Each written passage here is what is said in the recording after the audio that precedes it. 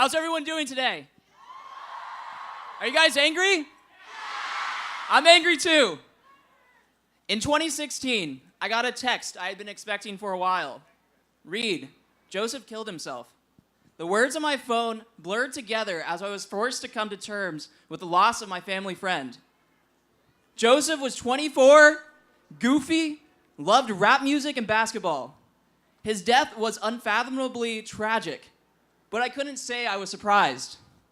Joseph had already bought 2 firearms, and the sporting goods store down the block refused to stop selling him guns, despite his mother's pleas. With access to guns, it was always only a matter of time. On average, 96 Americans are killed by guns every day. That's right, every day, in terms of casualties, the rough equivalent of 2 Las Vegas shootings, 6 Parkman massacres, or 32 Boston Marathon bombings occur. However, most of these deaths will never make the news. According to Everytown, 62% of US gun deaths are by suicide.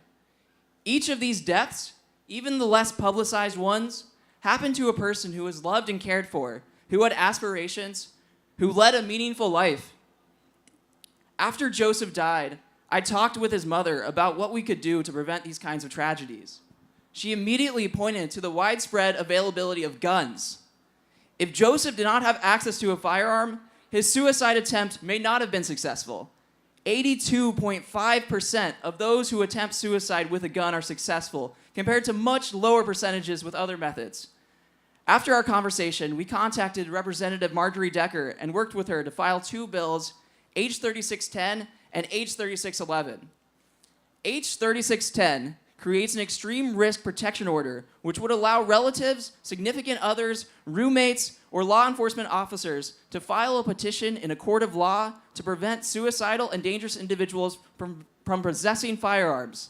The law's effect would be temporary and only could be used in dire situations. Such a law could have stopped Joseph from possessing the gun he used to kill himself. It could also have stopped Nicholas Cruz from murdering 17 people in Parkland.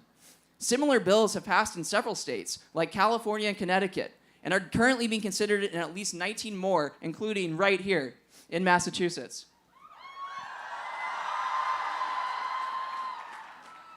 The other bill is H 3611. H 3611 establishes a firearm no-sell list that individuals could voluntarily sign up for, which would allow suicidal, depressed, or otherwise mentally unstable people to figuratively tie their own hands by temporarily preventing them from buying guns on especially bad days. People could sign up for the list online, and suicide hotline operators would advertise its accessibility. According to his mother, Joseph would have gladly signed up for such a list on his better days, and it would have saved his life. A version of this bill is progressing through state legislatures across the country. For the first time, one of these bills passed just yesterday in Washington. Both of these bills have a real chance to pass this year in Massachusetts. But you all understand how politics works. These bills will not pass unless the people of Massachusetts raise their voices so loud that our legislators cannot help but listen.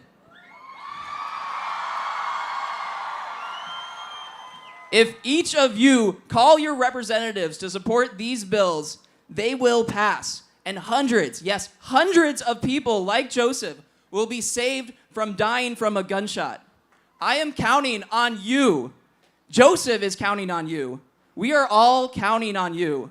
We must not only march, but also lobby for our lives.